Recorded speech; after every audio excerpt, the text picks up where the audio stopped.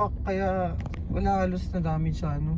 Na motor mo? Flarings, yung gilid lang pero magkano lang naman yun. Nag-motor ka ba? Delikado rin ng motor pag nakainom. Kahit nasabihin mo hindi nakainom pero pagkasabay mo.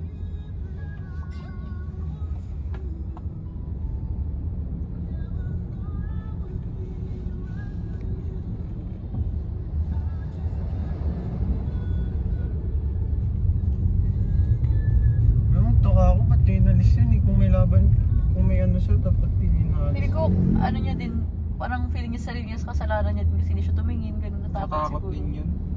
Tsaka nakainom siya eh, may pulis. Kasi kunyari, pag ikaw nabangga ka, huwag mo alisin hanggat di nyo napipicturan o kaya walang dumarating pa.